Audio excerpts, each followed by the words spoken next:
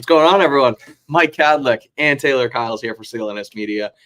A weird, not awkward, I shouldn't say awkward, but a special edition of the Patriots Daily Podcast live from inside the Gillette Stadium media workroom, where we are here to recap today's minicamp practice down in Foxboro, as well as give a quick preview of what to expect from Tom Brady night here. A reminder that we are presented by Game Time and Prize Picks. The other thing I'll say, Taylor, is that we're trying out some new mics right now. Yes. Kind of, again, it's weird because we've never done this together. So asking the chat to make sure that we don't sound ridiculous. So tell us in the chat and we will try to take our mics off and see what happens. But let us know, folks. Anyway, like I said, coming from today's minicamp practice, Patriots wrapped up minicamp today. 3 days, 1 day off yesterday. We're going to do, like I said, quick 30 minutes before this Brady thing. We're obviously super excited for that. We got to get out to the red carpet, go cover this thing. So make sure we'll have coverage all night at CLNS Media, clnsmedia.com, all that good stuff. So check it out there. But first, a recap, like I said, from today, where we'll start with the absences, Taylor. Kendrick Bourne, Sione Takitaki, Jelani Tavai, Tyquan Thornton, Jake Andrews, Cole Strange, and Tyron Whitley Jr. not there, not present. A lot of guys who already haven't really been there for most of camp, but one, Tyquan Thornton, not there. What do you make of it? Obviously, we don't really know anything, but is it important? Does it matter? What are your thoughts on that? What are your thoughts on all of the absences, really? Usually, I'm not one to be like, oh, a guy's not here. That's huge. And I don't think it's a huge deal, but it's disappointing at the very least for Tyquan Thornton, a guy that we've consistently talked about as someone who needs to stay on the field and be healthy. We know he put on weight in the offseason to better protect himself, basically called it like body armor, and now he's buffed Tyquan. So we also have no idea what the situation is. This could be an excused absence. We really don't know. But not seeing him out there, he's just someone who doesn't feel like he can afford to miss any days. And that was especially obvious today because he wasn't here, and we saw somebody capitalize on opportunities that they got in, capitalizing on the fact that he wasn't out there and they got more reps. We'll get into more of that later, but yeah, just disappointing for sure because Tyquan is somebody who needs to stack good days together. Now it's going to be an extended break, and hopefully he puts in the work in training camp and can be healthier, stay on the field, and continue to string the positive performances he had that we saw kind of flash, but not really show up consistently. Well, that's the part that, again, we've talked about him so many times now, is that he puts together a good spring. He either gets hurt or he has a bad practice, and then the wheels kind of fall off. And it's happened kind of consistently over the last couple of years. So like you said, I think disappointing is the right word for it, where he looks good, has a tough practice the other day, and all of a sudden he's not out here. So who knows? He could be, could have left early, could have been excused, what have you. Didn't really hear much from it because we talked to Mayo before practice, didn't talk to him after, so he's gone. We don't have an answer, but we'll see what happens there. So let's get into the good stuff because, I shouldn't really say good stuff because if you saw our recap earlier on CLNS YouTube, you saw it was a little bit of a shaky day for the quarterbacks here in Foxboro. Jacoby Brissett, some highs, some lows, probably his most inconsistent practice of camp so far, I'd say. And same with Drake Maye. We talked about it, but some inconsistency, some accuracy issues. But then he kind of comes on strong at the end. 3 straight touchdowns to Boutte, the nice one to Jalen Polk. So overall, thoughts on the quarterback position from you I want to get, but then also, where you see it heading into camp. Because I think I don't know if you saw it or kind of wrote something off of it, but Jeff Howe from The Athletic kind of gave his opinion when he was down here on Monday that there's a chance Drake Maye could overtake Jacoby Brissett in training camp and actually start the season at quarterback 1. We talked about it here on the podcast a lot. I kind of pushed back quickly and then kind of was like, well, if he's ready to go, he's ready to go, and just kind of put him back out there. So I guess recap minicamp from the quarterback perspective, and then also how it gets into training camp and how Drake Maye can potentially take over that spot on day 1. Yeah, so Jacoby Brissett has been the team's most consistent quarterback by a decent margin. There have been some misses. I think today there were more misses than usual. Like last practice, he had some overthrows and ones that weren't catchable. At times, I was like, all right, maybe he's throwing it away because it's tight coverage. There are also times where there were clear miscommunications. I'm not going to write him off for one bad day. Like you said, he also had the play to Jalen Polk where he ran a stick knot against Kyle Duggar and caught it in the back of the end zone. Also threw a touchdown to Kayshon Boutte. So, everybody has bad days. Gerard Mayo's made it a point to say with Drake Maye, the progress is not linear. You're going to have good days. You're going to have bad days. But for the most part, Jacoby Brissett, like I said, has looked like this team starter just in his consistency. Not as many wow plays really as we see with Drake Maye, and that's kind of to be expected. Although Jacoby Brissett can sling that thing, which is why I'm excited to see when we get pads on and things get a little more intense, what exactly happens. But yeah, I thought today was okay for him.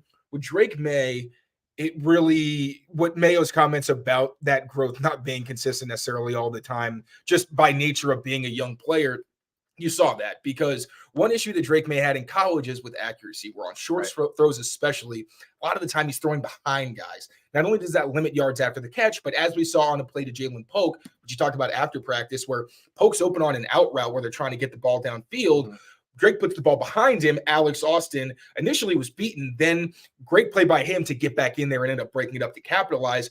Those kind of things can get you in trouble in the NFL, especially in an offense with Alex Van Pelt, where we are expecting a lot of quick game, a lot of the short passing game. So those were the things where you're like, I expected it, but you don't really want to see that, especially kind of at this point in minicamp, obviously the last day when he's been on the field for a while.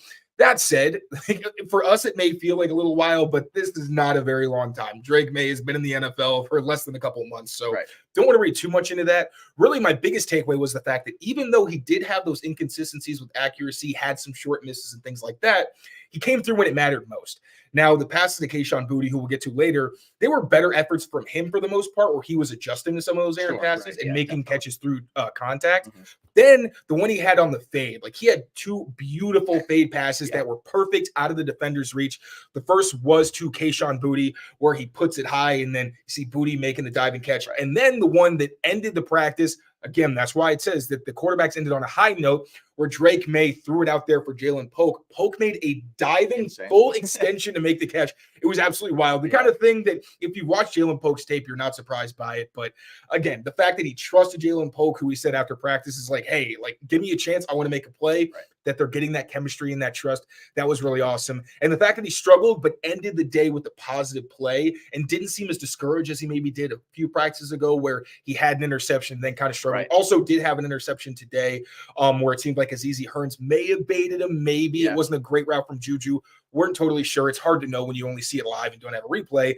But again, Drake Maye ending on a high note, despite some inconsistency. That was my bigger takeaway. Well, it's funny too. Like, I feel like throughout the entire practice today, it was kind of like, ooh, shaky day for the offense, bad day for the offense. Everyone's like kind of pre-writing their practice notebooks. Like, this is going to be the one that, you know, gets them into the summer on a bad note. And then they bounce back from it, like you see on the screen, like, and on a high note. And all of a sudden, the entire sort of narrative changes. Like, oh, okay, touchdown from the two rookies, quarterback to wide receiver. Let's get into the summer on a high note and kind of kick this thing off and get it into gear. So, you know, like we mentioned, kind of up and down, but a good end to practice. The one thing too that I loved, and this is just kind of behind the scenes type stuff, but like Drake Maye throws the touchdown to Polk, and Jacoby Brissett was the happiest guy I've ever seen on the field. He's such a great teammate. It's so obvious. He's always celebrating. He celebrates Drake. Anytime and to be fair, the entire offense like ran over to celebrate. That was a really cool thing to see for a group that, you know, usually the offense is the unit that's doing push-ups at the end of practice. Today was the defense. So that was really cool to see those guys get a win in that camaraderie. Yeah. So like we said, up and down day for the quarterbacks. We'll get to the rest of it. We'll talk wide receivers. But first, let's listen to our friends over at Prize Picks.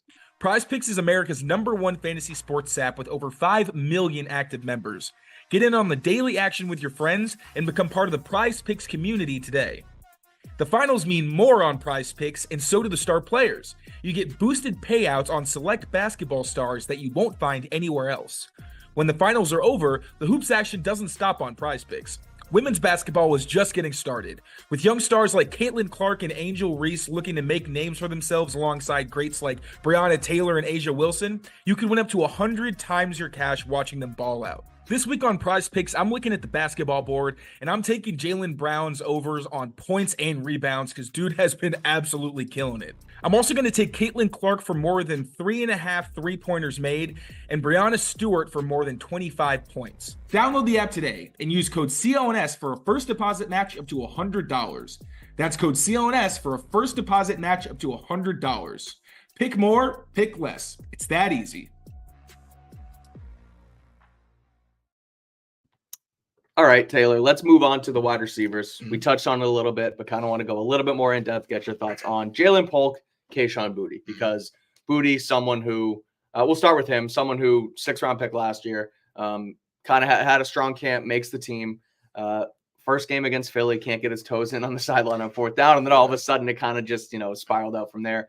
Has the issue this offseason with the gambling thing, but comes back, has an okay camp, up and down, or okay spring so far, and then just goes off today, completely shines. Some, you know, crisp routes, good catch across the middle, and then he finishes with those 3 touchdowns as well. So what do you make of that? What do you think about Boutte's today? And does he actually have a chance to potentially push and make the team? I mean, I don't think anybody's spot is secure other than like Right. Demario Douglas, Kendrick Bourne, and then the 2 rookies. So I think I wrote it in my notes. I think he could definitely be a dark horse, a candidate to make the roster, Yeah. especially Drake Maye. I asked him for the second time. That was so bad. I didn't hear it get asked the first time, but he was asked twice about Kayshon Boutte. I'm still not. But he was asked about Kayshon Boutte and why he had such a productive day. And he mentioned one, just part of the read, obviously, but then the fact that he was winning against one-on-one coverage. And when they have that string of like 4 straight completions, 3 or 4, it was pretty obvious that he was kind of locking in on him when he did have those one-on-one situations. Right. And that's where I mentioned with Tyquan Thornton not being here, Boutte was the one who capitalized because Tyquan has been the main X receiver for this offense. With him out, Jalen Reagor was promoted to the number 1 X receiver. And then you saw Boutte as the number 2. He's worked in, but hasn't really been a consistent presence. And then we saw with Drake Maye's group, he was just really taking advantage of his opportunities. The one pass against Alex Austin on like a slant or a short in cut where it was thrown behind him. He makes the catch with Austin right there. Then there was a play where Marte Mapu was draped all over him. It was a juggling catch, which made it even more impressive that he seemed to get his feet inbounds. Again, on a pass where Maye didn't exactly help him out. Right. The fade was the one where they were actually both on the same page, and you were really impressed. Again, the diving extension in the back of the end zone with somebody right on you. Those are the kind of things we saw in flashes last year when you started to hear, Kayshon Boutte is starting to make a push for this team to keep 6 or 7 receivers. That was what we were seeing, where he was making those tough catches near the sideline, especially contested. So hopefully he can keep stacking those together because I think Jalen Reagor has a chance to make this team because he has special teams value, and Kayshon Boutte doesn't bring that, which makes his ability to get on the field even more important.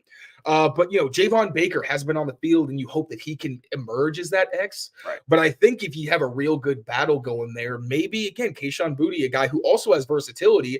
Alex Austin mentioned he's a 3-level threat as a route runner. So maybe you can really get that talent out of him, especially with better quarterback play, which he didn't really have last year, and continue to show us this in training camp. But it'd be huge if he can really emerge because these young guys bring the explosiveness. The veterans are solid. Right. They don't have a lot of juice. And that's where guys like Boutte, Polk, Baker, those obviously Pop, those guys can really come through. Yeah, again, it's obviously going to be tough, right? I mean, we talk about they draft 2 receivers. Demario Douglas comes on strong. He's basically a lock. Kendrick Bourne's going to be back. He's probably a lock to make the team. Yeah. And KJ Osborne, a guy who they signed this offseason. Maybe a tough look if you cut him after signing him. But again, it's like fringe. Yeah, he's fringe. And if Boutte can make a push, then why not? You're gonna try and keep your best 53 players. So some positive shines from Kayshon today. Let's get to my favorite guy, Jalen Polk. Yes, sir. Unbelievable. Again, maybe I'm going a little bit too far. Maybe it's the fact that I love watching him in college, and now he's kind of coming on strong here quickly. But I love the fact that they seem to have a consistent young wide receiver who they can sort of build this thing out with going forward. And we talked about the play of the day, the fade route to Polk from Maye for a touchdown. But in general, he just seems to be so consistent every time. Like, are his routes perfect? No, but like he's there. He has those crisp hands. He catches the ball basically every time. He just looks like a surefire NFL receiver that I don't think we've really had here entirely over the past 5-6 years, ever since, frankly, like a guy like Julian Edelman left. There's been ups and downs with everybody. Demario Douglas, of course, was solid last year, but I've just been super impressed with Jalen Polk. So tell me more about what you saw from him today and where you see his sort of trajectory going into training camp. Well, it's appropriate that he's a former Husky because the man's a dog. Like, I think he kind of gives me those like Jacoby Myers vibes where it may not be terribly impressive. He doesn't scare you with the size. Right. He doesn't scare you with his explosiveness, but he does what his job description says he needs to do. And that's receive the ball. That's where he's dominant. You see it in drills where even when they're just running routes on air, he's high pointing all of these passes. Sometimes receivers, you'll see them kind of extend, but their elbows are kind of tucked in because they don't want to go all the way out to get it. Jalen Polk, he knows he has strong hands. He's confident in them. You can see it in drills. You see it in live action. He's shown up in the red zone consistently. We've seen a lot of low red zone work from the Patriots. I think he has 4 touchdowns in his last 2 practices. Yeah. Really starting to come on strong. And again, like I mentioned, he told Drake Maye, like, just give me a chance. He wants to be that alpha type receiver. And all he has to do, the fact that he can adjust to being, having a defender draped all over him, he's going to win a lot of those matchups. And that's what, like you said, this team hasn't really had. I also think as he develops, he will be a better separator. He's a guy who, again, because he isn't super explosive, he has to win with pace, with technique, and things like that. Yeah. And I think he'll come along in that direction.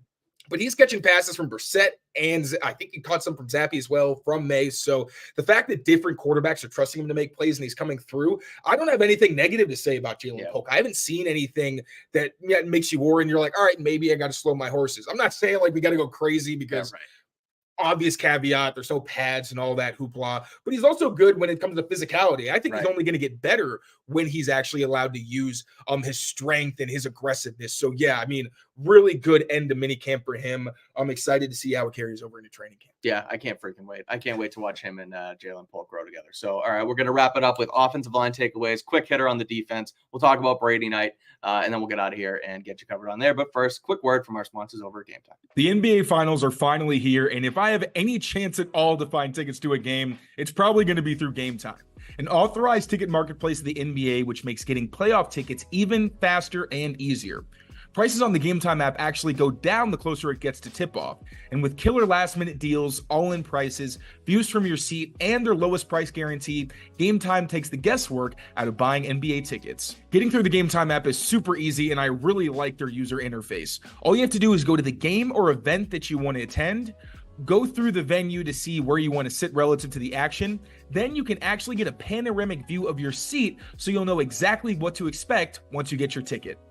Game Time is also great for those weekends where you're not really sure what you want to do with your night, because you can just scroll through, look at flash deals, zone deals, or last-minute tickets, and find a plan to spend the rest of your day or evening. You can save even more with exclusive in-app deals on select seats ahead of the game or event.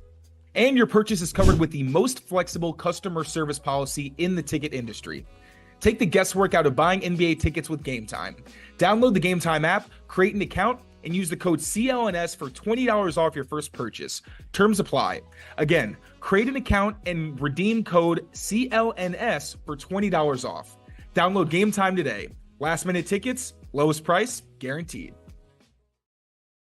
All right, we talked about the first round pick. We talked about the second round pick. Let's talk about the third round pick, as well as the guy they signed this offseason, re-signed in Mike Onwenu, because sort of the same stuff we talked about on Monday, but Caden Wallace getting reps with the top offensive line. Mike Onwenu remains at right guard, excuse me. Kind of both guards. I think he's a right guard. I think it's right, because left guard has been really pretty much City South. Yeah. So Mike Onwenu, right guard, Mike Onwenu, right guard, City.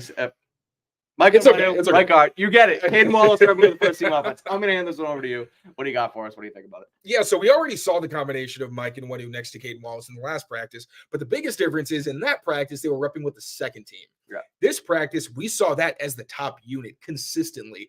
So obviously we mentioned, I think in our last show, how Drake Maye said the same Dante Scarnecchia mantra. You want the best five offensive linemen out there.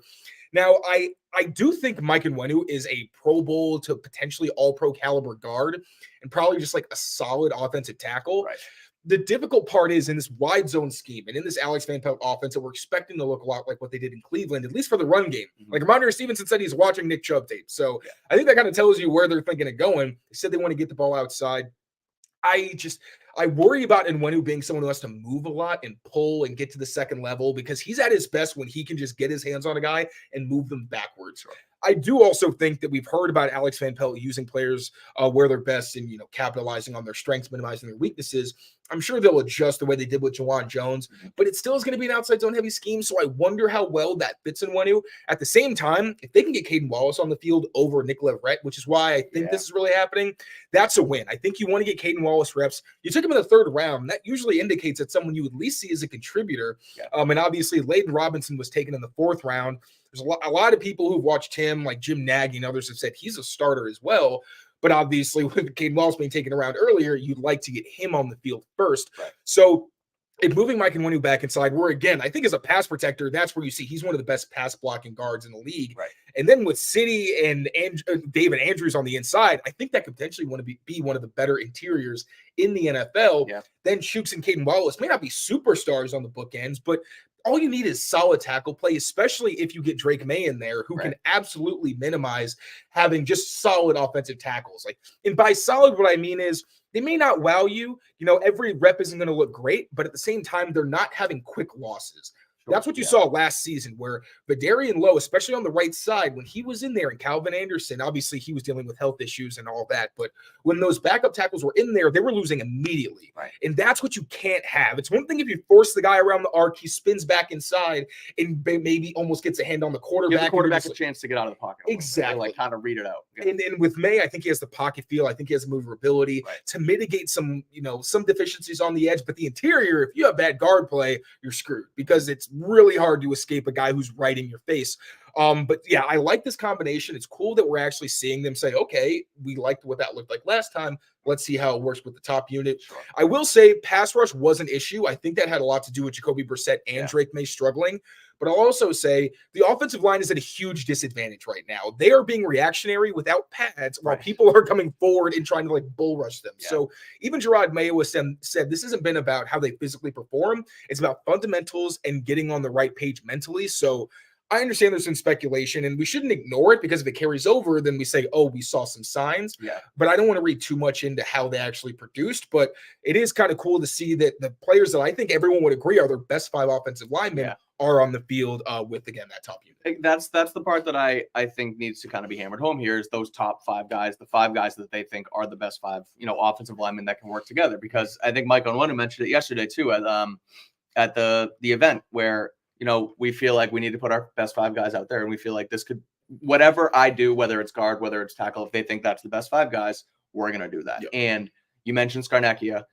The Scarnecchia offensive lines here, basically the main thing was A, the best 5 guys, and B, those 5 guys played pretty much the whole season, barring health. Like they weren't flipping guys inside and outside. They weren't, guys weren't getting benched. Guys weren't getting hurt. It was pretty much the same 5 guys in front of Tom Brady the entire season, which makes it that much easier to have consistency and get used to, the pocket feel and the running backs behind you and things like that. So, again, if they can hammer home their best 5 guys, regardless of where they play, yes, would I rather see your 3rd-round pick play left tackle? I guess. Would I rather see the guy who just paid buku bucks and Mike Onwenu play tackle? Maybe, but at the same time, if that's going to be good and kind of win you a football game, who the hell cares? So that's kind of where we're at with that. So again, good to see stuff there from Caden Wallace. So quickly, before we move on to some quick thoughts on Brady night coming up, any sort of defensive takeaways today from minicamp that you saw? So Alex Austin and Marco Wilson look like they're rotating next to Gonzalez. Like Austin gets a rep, then Marco Wilson will get a rep. There's been a lot there.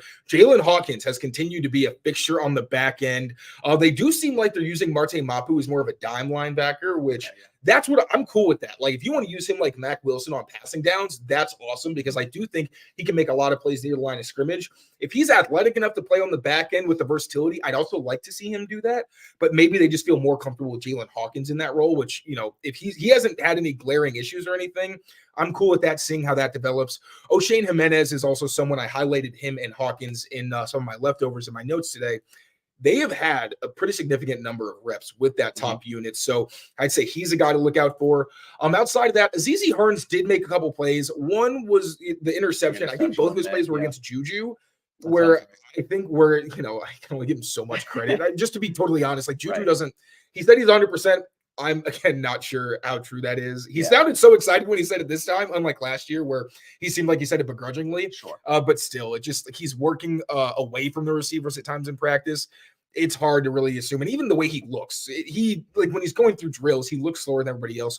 But give Azizi Hearns his flowers. He still made the plays. And those are really the big ones, I'd say. Raekwon McMillan was kind of working in with that top unit as well.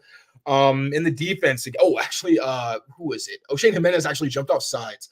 Jacoby Brissett got him with a hard count. That was one other note. But yeah, I mean, the front dominated again because they have the advantage. So I don't want to read a ton into that. I don't think the defensive lineman would either, really. Like far more that practice where you got like 3 straight would-be stacks. I don't think he'd come over and be like, I ate today. I think he'd be like, I'm doing my job.